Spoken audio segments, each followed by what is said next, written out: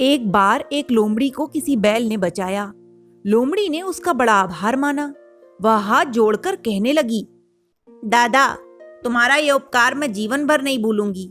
आज से मैं तुम्हारे साथ रहूंगी, तुम्हारा काम करूंगी।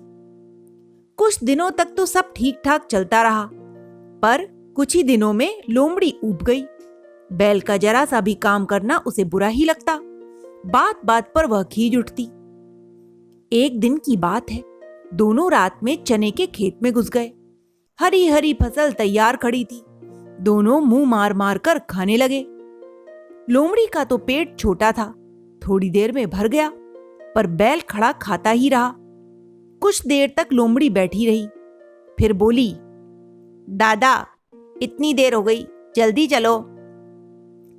अभी पेट तो भर लूं या यूं भूखा ही ले चलेगी? बैल ने खाते खाते कहा। मुझे तो यहाँ डांस खाए जा रहे हैं, फिर भी डर भी लग रहा है कि कहीं खेत वाला आ ही न जाए। लोमड़ी बोली, ऐसा कर कि तू बाहर जाकर बैठ जा और देखती रह। जैसे ही खेत का मालिक आएगा, उसकी आवाज सुनेगी तो तू मुझे धीरे से बता देना। बैल कहने लगा। लोमड़ी को मन ही मन बड़ा गुस्सा आने लगा। वह बड़बड़ाने लगी, इसका पेट है कि खदान? यह तो है नहीं कि जल्दी से खा पी कर चलता बने। रोज रोज मुझे 2 घंटे बिठाए रहता है। किसी दिन इसके चक्कर में मुझ पर ही मार पड़ेगी। बच्चू, आज तुम्हें भी मैं सबक सिखाए बिना नहीं मान लूंगी। बच्चू, आज तुम्हें भी सबक नहीं सिखाया तो मेरा नाम लोमड़ी नहीं। बैल खाते हुए 1-2 बार बीच बीच में पूछ भी लेता, कोई आ तो नहीं रहा? नहीं दादा, तुम जी भरकर आराम से खाओ, आज तो कोई आता नहीं लगता। लोमड़ी मीठी वाणी में बोली। बस फिर क्या था, बैल पैर पसार कर बैठ गया। चिंता छोड़कर वह खाने लगा। वह मन ही मन खुश हो रहा था कि आज जैसा तृप्त होकर तो कभी नहीं खाया। पर उसकी यह सारी तृप्ति धरी की धरी रह गई। पीछे से तड़ाक तड़ाक 10-12 डंडे उस पर बरसने लगे। उसे लगा आज तो सारी हड्डियां चटक ही जाएंगी। जैसे तैसे वह उठा, फिर बड़ी कठिनाई से लंगड़ाता लंगड़ाता डंडे खाता और तमाम गाली सुनाता हुआ खेत के बाहर आया। तूने मुझे बताया क्यों नहीं? गुस्से से अपनी आंखें लाल लाल करते हुए बैल ने पूछा। मैंने तो उस आदमी को आते ही नहीं देखा। लोमड़ी साफ मुकर गई। बैल उसकी मक्कारी समझ गया। वह भी बहुत दिनों से उसे सबक देने की सोच रहा था। आज तो वह गुस्से से दांत पीसने लगा।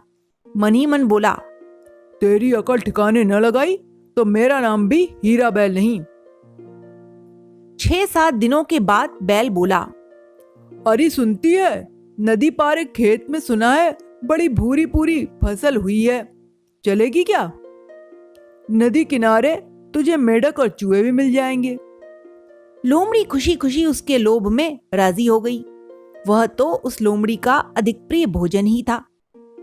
लोमड़ी तो नदी में चल नहीं सकती थी।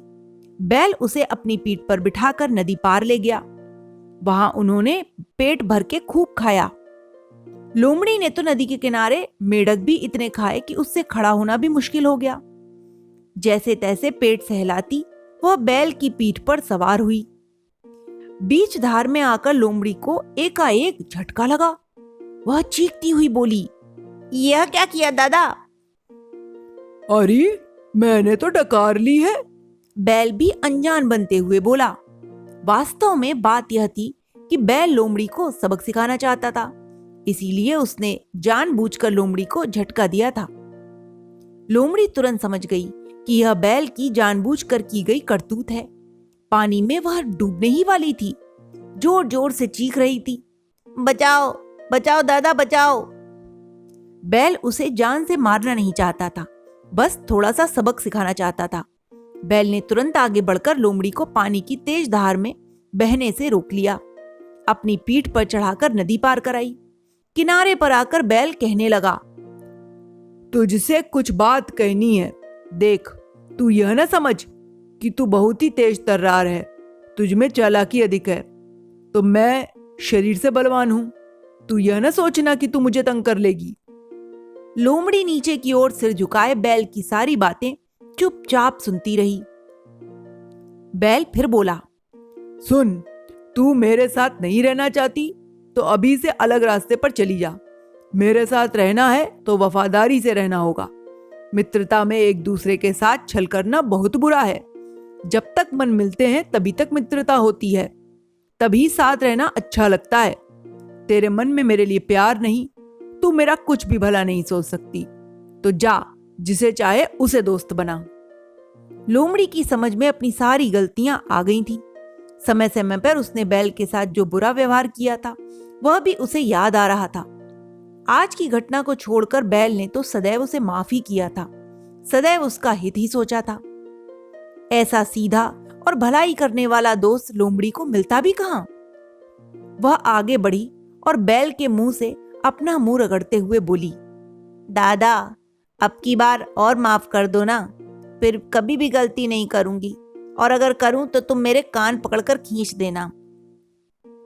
बैल ने भी उसके सारे अपराध भूलकर उसको फिर से मित्र बना लिया। तो बच्चों, इस कहानी से हमें यही सबक मिलता है कि कभी भी मित्रता में, दोस्ती में किसी को धोखा नहीं देना चाहिए, तभी हमारी मित्रता लंबे समय तक कायम रह सकती है।